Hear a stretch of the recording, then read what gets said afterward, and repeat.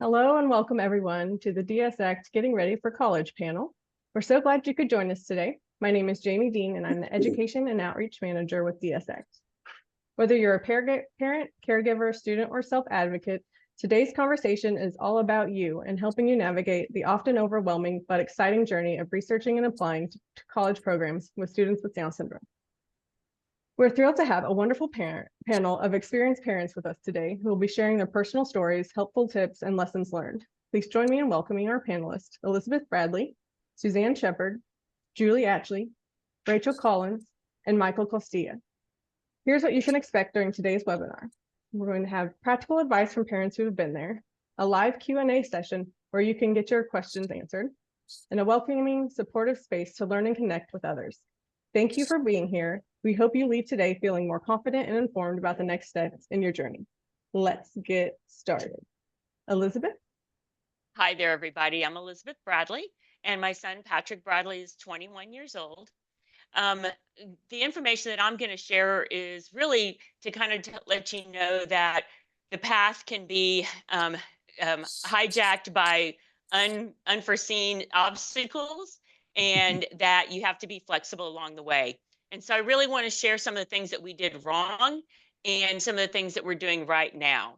So first of all, just to give you some background, Patrick was accepted into the Texas A&M Aggie Achieve program after his senior year of high school at the age of 19.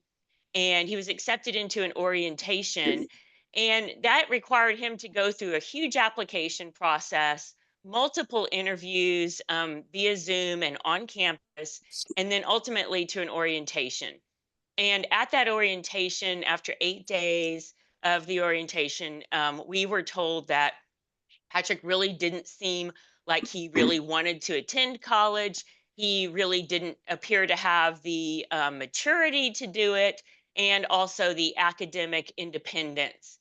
And so, as you can imagine, it was very devastating for us as a family and very confusing for Patrick to have done that, to have gone through all of that, to then not be ultimately admitted into the program.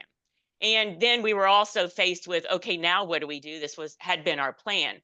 So I wanted to share that openly with you because I feel like what we could have done differently is really start with Patrick first. Rather than diving into applying to a college and going through the whole process, we really should have started with really understanding Patrick and what his interests were, what his capabilities were, and really how mature and was he ready. So my first tip is that you start with that understanding and really talk to other parents about what it really takes to go to a program out of your city or whatever program you're interested in. Learn about that and really talk and listen to your child and understand. That's step number one. Step number two, then, and I do want to say we did build, after all that happened, we did build a person-centered plan with Patrick using an outside person to really focus and have him be more comfortable expressing his wishes as opposed to trying to please his parents with answers. So that was really important. So then step number two then is now looking at colleges. Now you know what you think your young adult child wants to do. Then use talking to other parents about different programs, using Think College, and really researching these programs to identify a fit with what your child has expressed and the capabilities of your child. And then the third step to me is now build out a plan for how you're going to get there, and include things like academic capability building, independence building, transportation, healthy choices and eating habits, meal preparation, how to manage free time productively, safety. So really trying to build out a plan to get them ready for that college that you're looking at, and then develop a realistic timeline. And if you feel like there's some steps or bridges that you can do to get to the ultimate goal, then plan on pulling those together and using those. So those are some of my top tips. And from learning from experiencing kind of a very painful experience for Patrick, I just want to emphasize starting with your child and their interests and capabilities first. Yeah. Thank you for that. Next person. Suzanne Shepherd, if you wouldn't mind. Oh, Oh, and I'm going okay. to stop you just a second. I'm sorry. If you guys have questions as we go, feel free to put them in the chat, and when we get to the Q&A questions, continue to do that as well. But yeah, as we're going, if you want to put them in there, feel free to. And then, sorry, Susanna, hand it back That's to you okay. for real. Okay. Our son, Jack, completed the 4-year college program at George Mason University in Fairfax, Virginia. He knew from the get-go that all he wanted was a dorm program as opposed to a community college program. So those were the only programs we looked at, and that's the only ones I know anything about.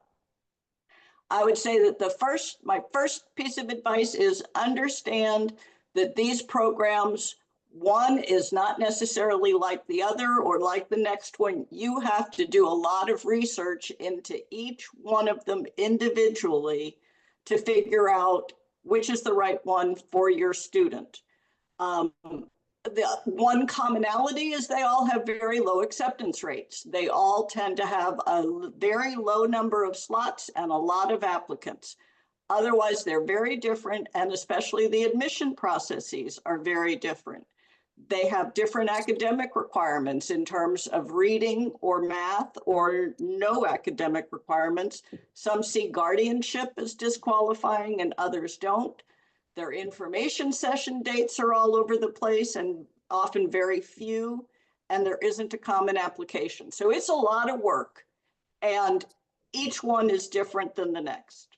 That's number one. Number two, echoing what Elizabeth said, make sure your student is prepared, invested, and really ready. Jack and I worked dozens and dozens of hours putting together a spreadsheet on all 64 dorm programs that we could find on thinkcollege.net.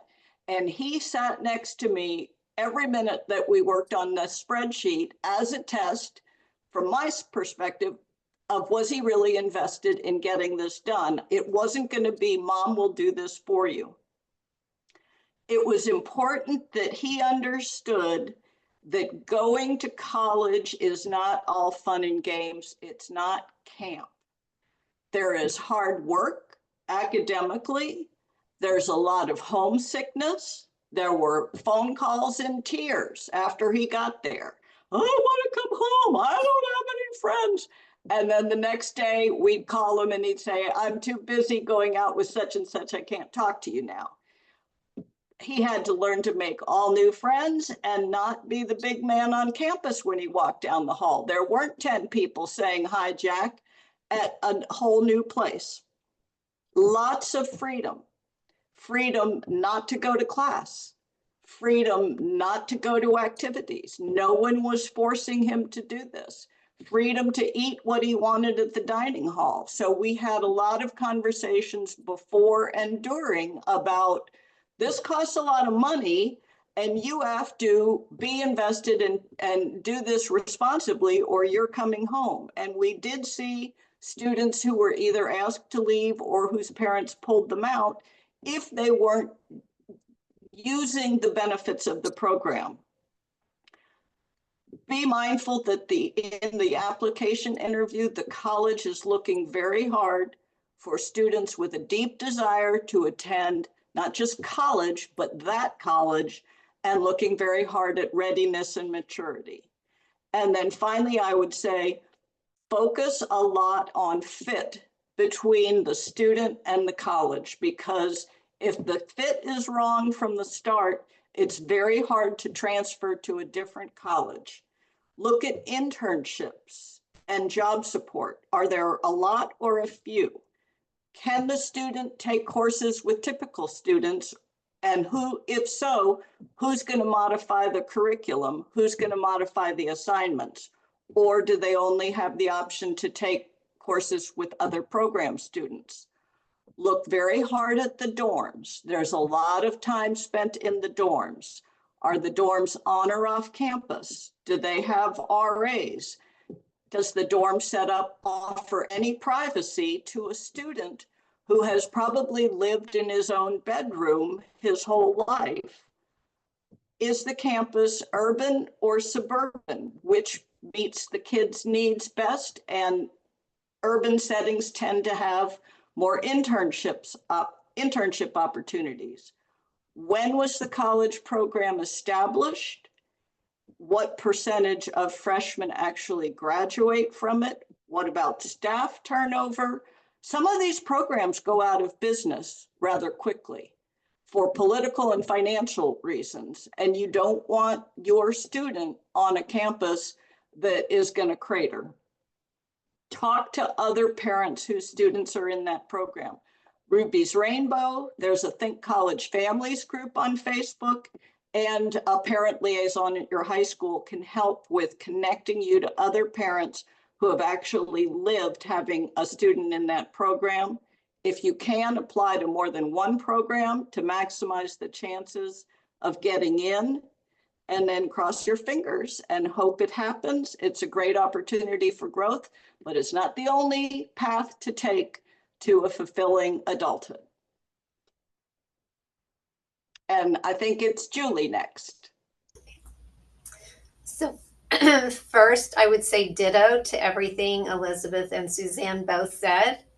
And I can expand and go a little bit of a different direction. My daughter is Jordan Hageman, and she was accepted to a program at the University of Oklahoma in Norman. She was there for 2 years. Some things, a direction I want to go, but I want to expand a little bit on what Suzanne had. I want to talk about that sort of prep, like what do I need to already be building and putting in place. Expanding on the idea of all the programs are so very different and fit.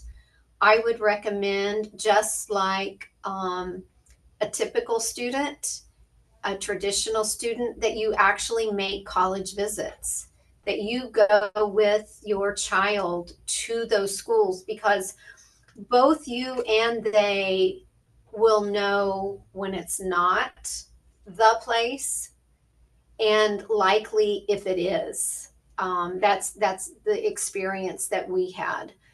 We just got in our car and drove, and I think the other benefit to that is the programs, like Suzanne said, the acceptance rate is very small and competitive, and you and your child being in front of them and making two different appointments. One, to take a college tour like all the other traditional students, schedule it at a time when they are there. So again, you see and feel what's the culture. Are even the folks here on this tour accepting that my child is here? Or is there a question of not so much, maybe that it might not feel right? But you being in front and then making that appointment with the director of the program. Like, I want to meet with you, I want to talk with you, and giving your child that opportunity to be their own voice and letting these people see your child is serious, you are serious. That's exactly what happened to us. We had not applied to OU. We missed the application for that year. We had only applied at A&M, didn't even get an interview. And so we said, well, let's start planning for next year. And when we made that visit in March, the program director said, April is when folks have the chance to say yes or no, even if we've offered. So we might have a spot for her for this very next year. And so she just sailed right in, which was exciting. One of the things that I would say, depending upon, whatever age your child is, if you are considering college, is being serious and diligent about building and evaluating those independent skills, and very specific, right? Again, I'm going to go back to traditional kids. How many traditional kids go off to college, have never done their own laundry, had never had to do their own budget, been responsible for their own spending, had to go to the store to buy their own feminine products. It's that sort of seriousness of if your child is going to attend a college program, you want to be confident they know how to use a laundromat and not walk off and have all of their clothes taken. So practice those things so that not just do they know how to do them, but you don't drive off and go, oh my God, I forgot.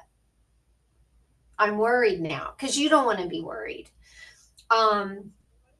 The solitary and the independence.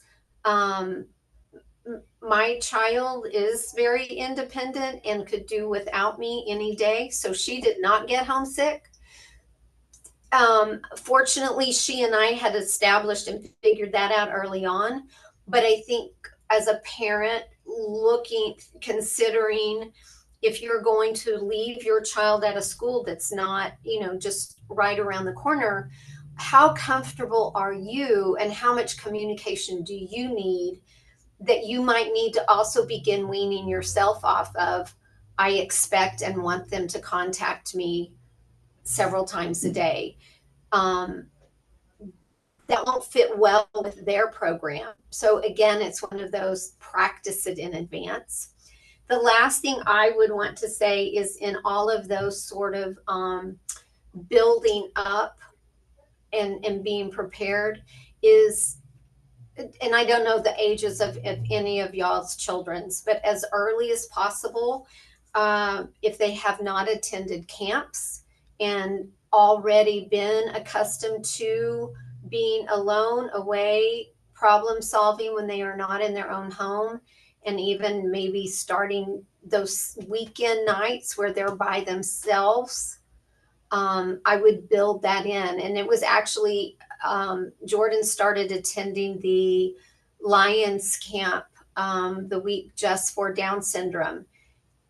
Best thing ever, best experience, but I know for sure that for her, that was a step in that direction of, at some point I'm going to be by myself and have to figure out my own, how, making those decisions and getting along with folks and doing things that maybe I don't want to do without my mom there to say, yes, you will. Is it Rachel next?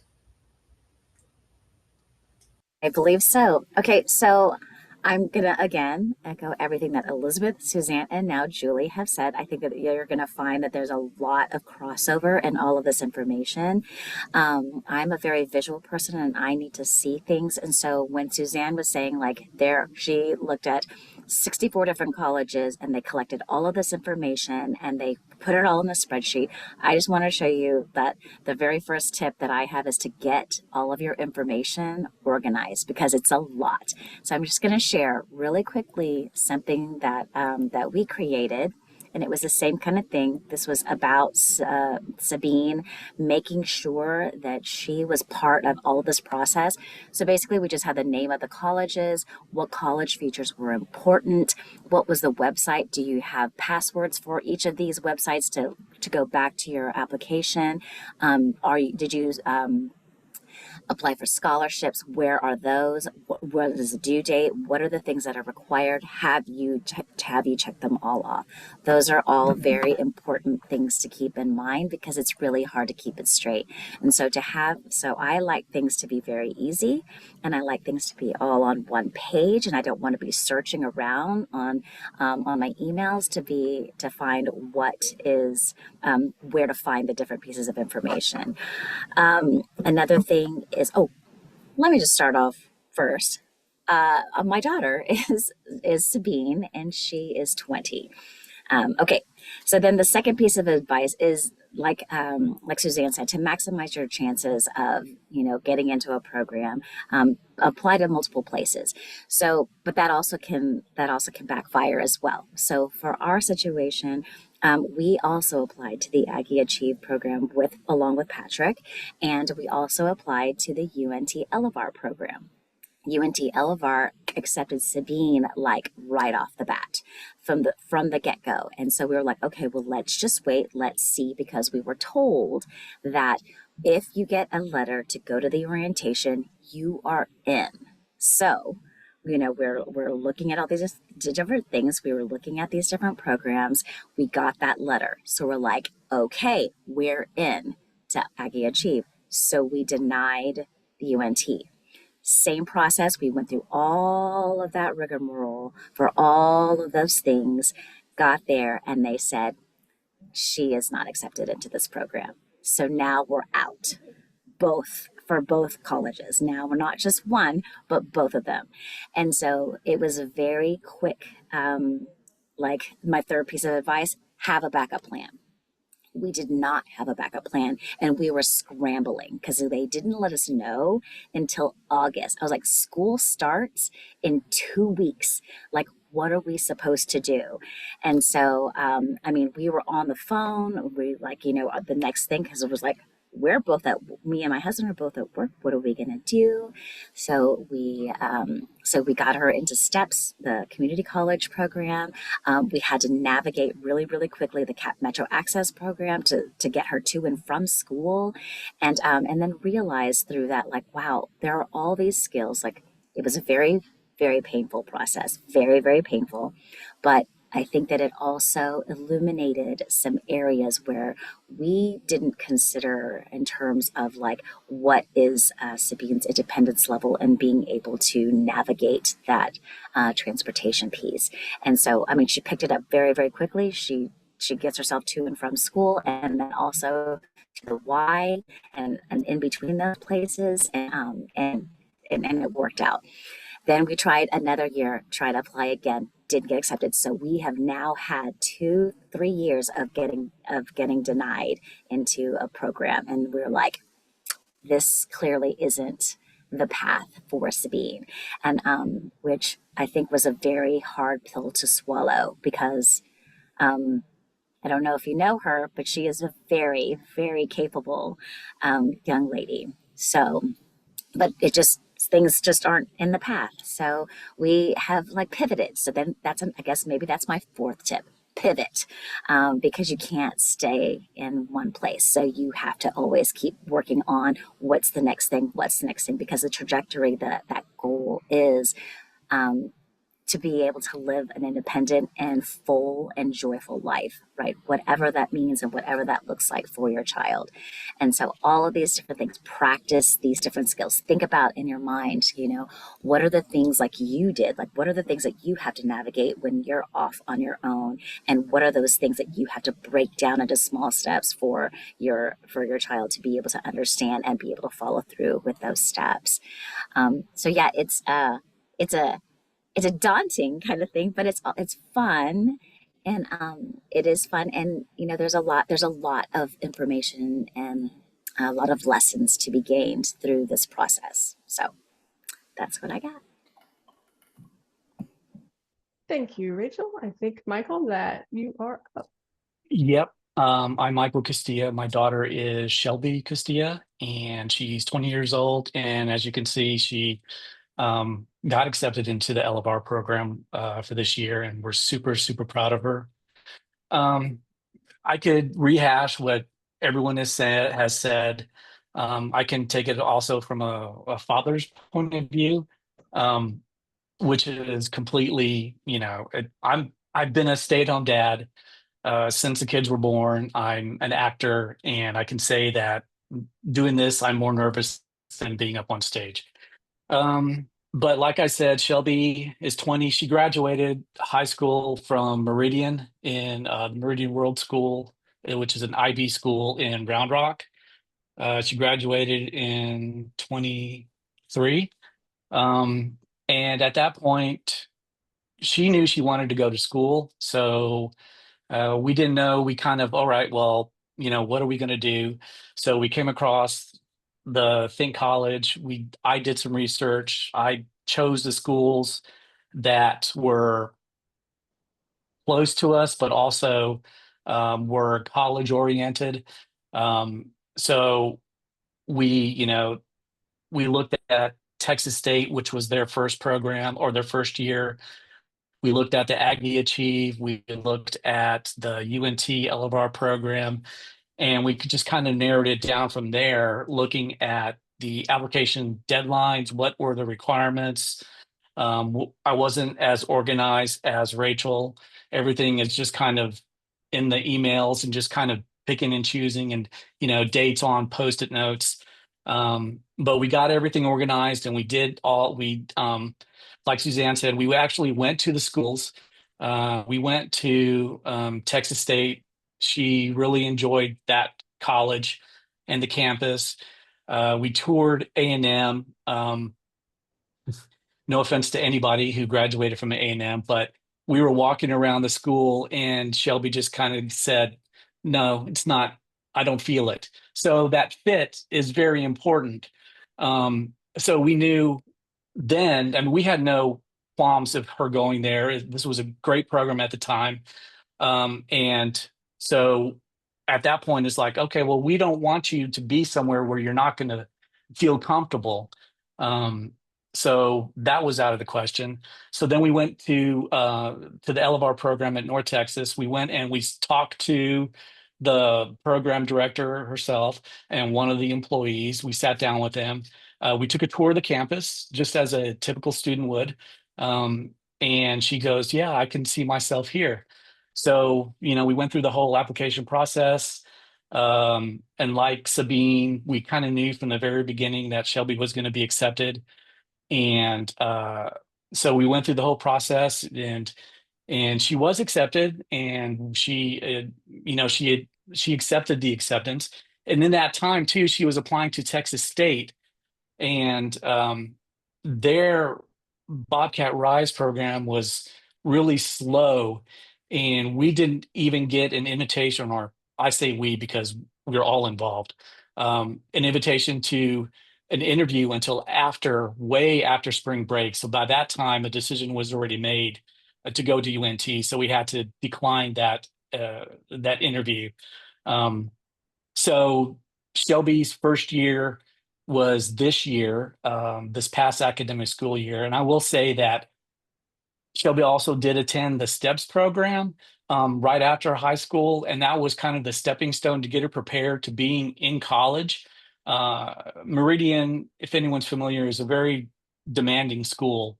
And the coursework, even for kids in the special education program, was still daunting. So she had that academic background, but we needed that college level background. So she did go to that STEPS program that first year. And then during that year is when she was applying to the other schools. So that was a good stepping stone to get her prepared, saying, this is what college is going to be like. You're going to be responsible for your work. And, she learned that this is what's going to have to happen. So this first year after, we did take a tour, the dorm rooms over at UNT, we're very happy with.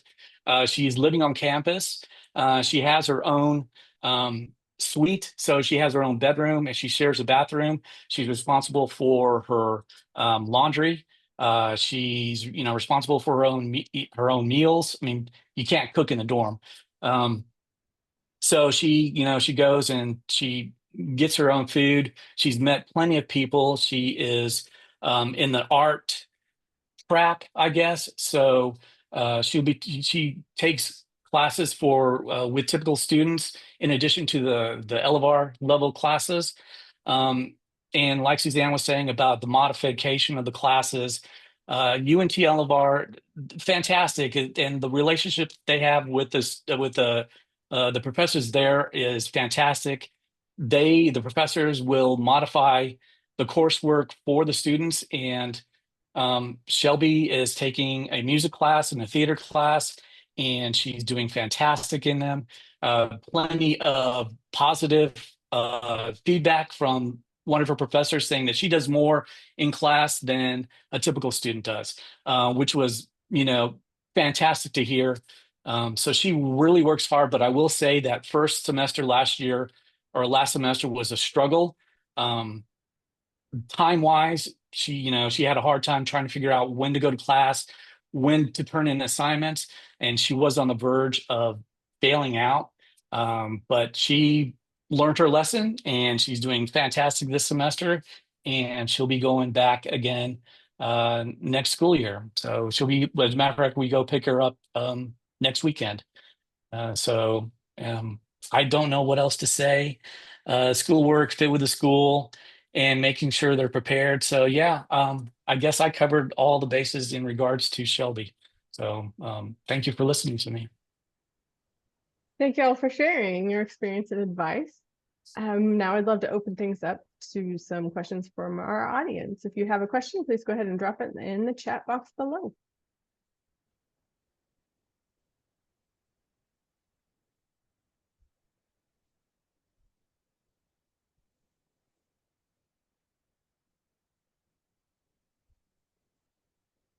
And while we're waiting for questions to come in, if you guys, does anybody have a proud moment you'll never forget from once they got into their beginning of the college journey?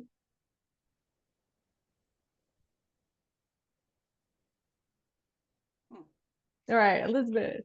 Well, I just want to say, you know, speaking to the pivoting, that Suzanne and Rachel, I think, alluded to, we did pivot Patrick to STEPS program.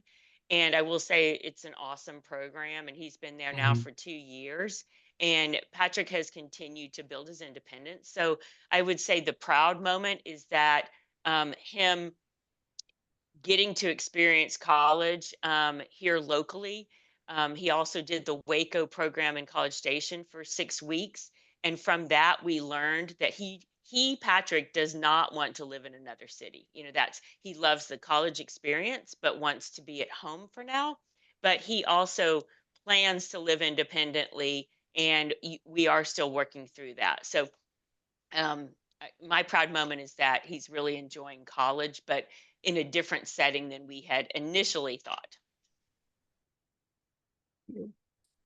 All right, we have a comment. I'll go ahead and read it. Oh, thank you to everyone. Great information and tips to get Charlotte working towards some kind of college education. She's a junior, so we're about to gear up for all of this. Onward and upward. Thanks, Lan. Did you see my And then question? also from Lulu, I'm sorry, what academic learning has the STEPS program given? I can start, and Rachel can, and maybe Michael can jump in, but you know, Patrick's had some really good like communication in the workplace, professionalism in the workplace. He's currently doing a financial independence class. He's done a career exploration class. The teachers are very dedicated, and the class size is very small. So those are a few examples. Maybe Michael and Rachel can speak as well. This is Rachel, and I would just say, you know, that in terms of the academic learning, there's a lot of different kinds of things, and they all kind of work together as a group. But you know, I have really kind of left all of that to Sabine, and she navigates all of the learning media, the learning management systems, you know, like the Blackboard or the Canvas or whatever they're using. And so she manages that completely independently. I don't ever even look at any of her stuff until the very end. And she has maintained all A's. And I was like, way to go. But because I figured, you know, if she was going to go off to college, like I have no say in helping you with your work or with any of your assignments or any of that. So I have been very hands off, and she has taken care of that completely independently. And to Elizabeth's point about going to Waco Project, Waco is not in Waco. It's at College Station. It stands for Work and Community Opportunities. It's a work study program, superb program. And she was also able to navigate all of those things independently. And whenever I would ask her, I'd be like, so how's it going? She's like, good. And what have you been up to? Not much. I'm like, okay. And so then I'm sitting there going, maybe college is not the thing for her. Maybe this is not you know, where she should be. We get on to the end of the year where they just talk about the program and they were like, oh my gosh, she is amazing. And she needs to come back and be a mentor. And has been auditing classes at the Blinn Community College here. She's been, she always does all of her work and makes sure that everything is turned in on time. And I was like, what?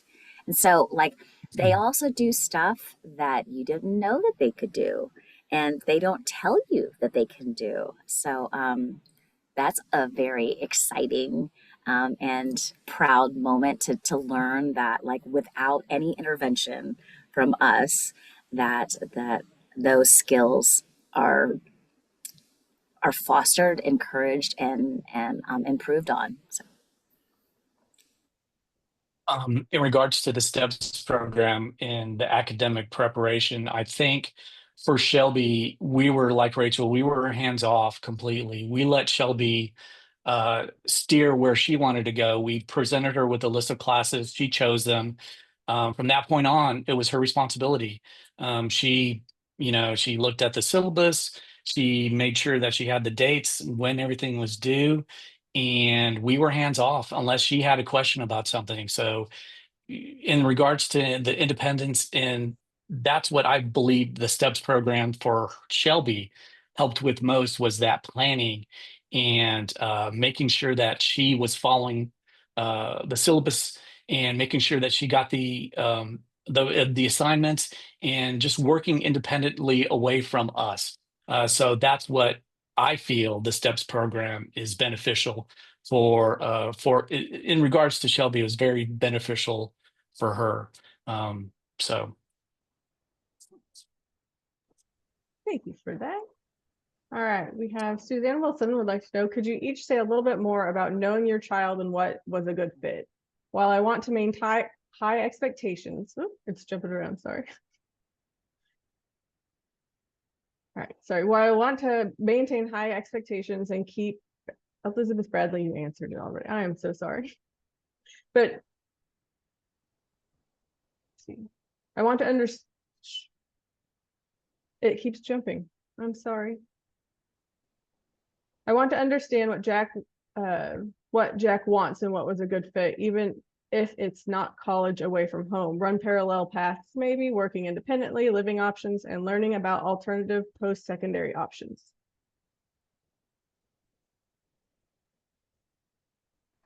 I would just throw in that many of these college programs have checklists of independence that they're looking for, and it's things like managing all your own medications. None of them will offer a nurse or anybody to help the student manage their own medications.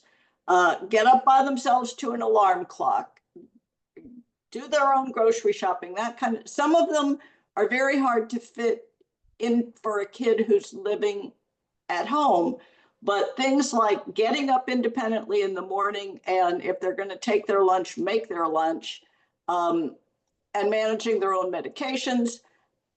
Look at those checklists and get a good sense of where your kid is. And a wonderful gauge of readiness for college is the conversation where you say, this is the next item on the checklist that you have to demonstrate you've mastered if you want to be able to even apply to colleges. And if the young person says, great, I'm on it, I'll do it, I'll work at it, you know there's a real desire there. If they say, oh, that's too hard, they're not ready yet. So the checklists are very good and objective, from taking it out of mom and dad think maybe this, maybe that, to can you do all these things? Let's go through the list. I can say that in regards to Shelby and being a good fit, was taking a tour of the campus, and like Suzanne was saying, going over that checklist, making sure that they did meet the program's requirements or exceeded it, and making sure that we kept asking, Shelby, are you sure you want to go to school? Are you sure you want to go to college? This is your choice. We need to know that you want to do. And she said, yes, yes, yes. During one of the questions during the UNT process, they would separate the student and then they would interview the parents. And one of the questions that they asked us was, what do you want for Shelby? And what they were really wanting to know is are you pushing Shelby to go to school or not? And my wife, Kathy, said, well, Shelby's the one who wants to go to school. I mean, and that's the answer that they want. They wanted to make sure that the student was wanting to go to the school, wanting to go to college. So be prepared for that question. If they do ask it, they have to make sure that the student have to make sure that they want to go or not. And Shelby wants to be away from us. Uh, so I don't know if that's a good thing or a bad thing, but she definitely wants to be on her own. And being in Denton is trying at the very first few weeks, but we love it and she loves it. Awesome. Thank you for sharing that. All right, from Julie, I'd like to know, at what age did your child start to show more independence and interest in going to college? I can speak to that. So we started talking college as a family very early on, as that expectation and very early meaning there were not very many programs available at that time, right? I mean, right now, the few that there are is extensively more than there were with her coming up. But we spoke to it specifically in her ARD meetings that she will be going to a continued learning program. She will be attending a college program. So she has to know how to be a student. Now, that didn't mean that the school said, oh, of course she will. Because even the schools are still not as familiar with college programs for students with developmental disabilities. So that was not necessarily their push. It was always a requirement for our push. I'm going to go ahead and answer, if I could, Tracy's question about the high school diplomas. There does have to be a graduation, whether it's 18 plus or the standard graduation at your senior year. And I know Suzanne mentioned many different requirements. I think most everything I have seen does say a minimum of a third grade reading. And it might be even more than that, but I haven't seen one that's less. So somebody else can speak to that. And most of them will say, we need something that documents intellectual disability. These are not programs for a typical student who happens to have dyslexia. These are for students with intellectual disability, and they're going to want that documented. So if you're a parent like me who resisted IQ testing for many years through elementary and middle, once you start looking at these applications, you realize, okay, well, we're going to have to do some IQ testing one way or another. And so we finally allowed that to take place for Jack, but they will be looking for intellectual disability. And to Julie Flanders' question about at what age did your child, I took Jack to a transition fair when he was in middle school, and the only college program there was Eastern New Mexico State. And they had a checklist, and it talked about get up independently in the morning with an alarm clock. And the next day we were at a CVS and Jack said, I need an alarm clock. So, and it was because of his older brothers. Older siblings can be very powerful as they go off to college in motivating the student with Down syndrome to say, well, they did it, I want to do it. And this is Rachel, and I would also like to speak to that because, like, you know, our kids are hearing what other kids around them are talking about. And that's what kids are talking about. Like, where are you going to go to college? What are you going to do after graduation? What's the plan? And so, like, that has been I mean, it's kind of like happened kind of like naturally, you know, with conversations with people around. I will say that, like, after getting these, like, denials to these programs, Sabine finally was just like, yeah, I'm good. I'm good. I'm good with what I'm doing. I really don't want to apply again, because that's a lot of work to be told no. And so I think that that's also important to recognize and to notice, and to also recognize in yourself, like, is this what I want for her, or is this what she wants for her?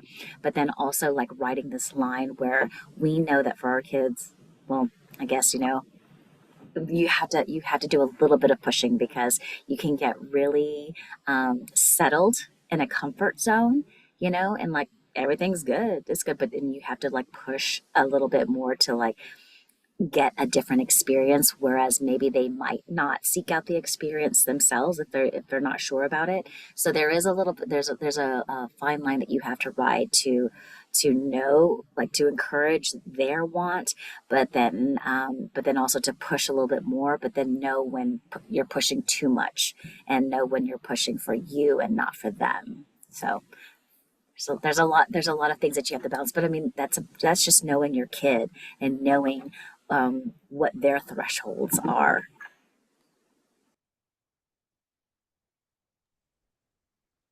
All right, I'm going to ask, is there any last questions?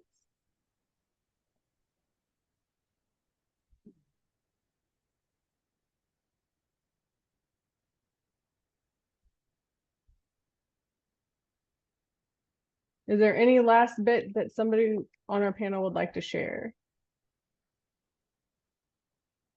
Oh, Michael. Yeah, be prepared to cry. So, I didn't think after Shelby was accepted to UNT, I prepared myself. Like I said, a stay-at-home dad. I've been with her for, you know, from the very beginning. And so I prepared myself for her being away.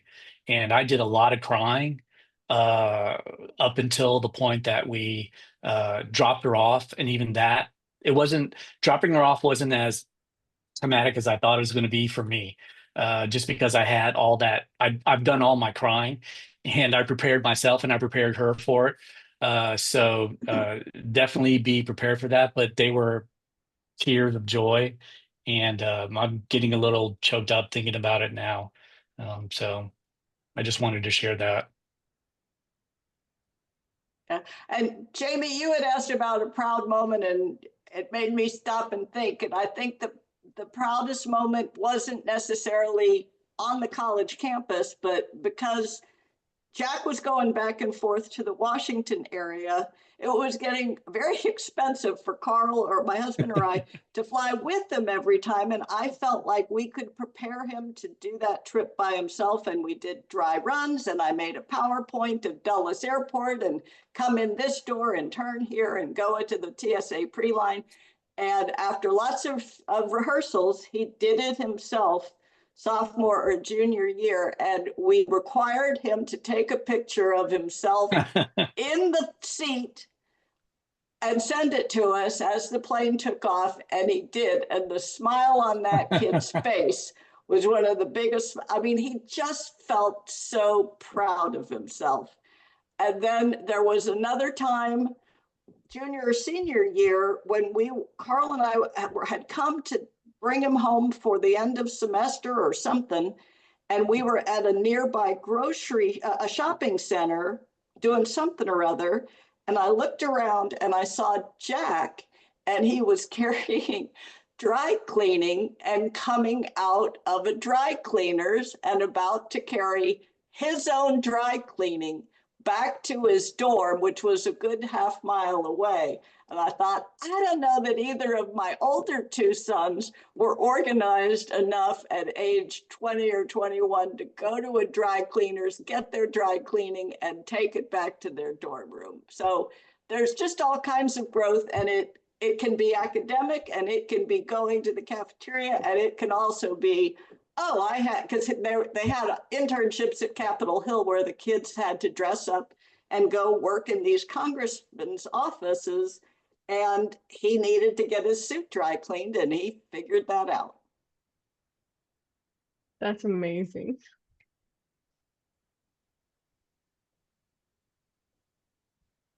All right. Thank you so much to our amazing panelists for sharing your time, stories, and insights with us today. And thank you to everyone who joined us. We hope you're leaving here with valuable information and a bit more confidence as you take the next steps on your college journey. Please don't hesitate to reach out if you have any follow-up questions. Have a great afternoon.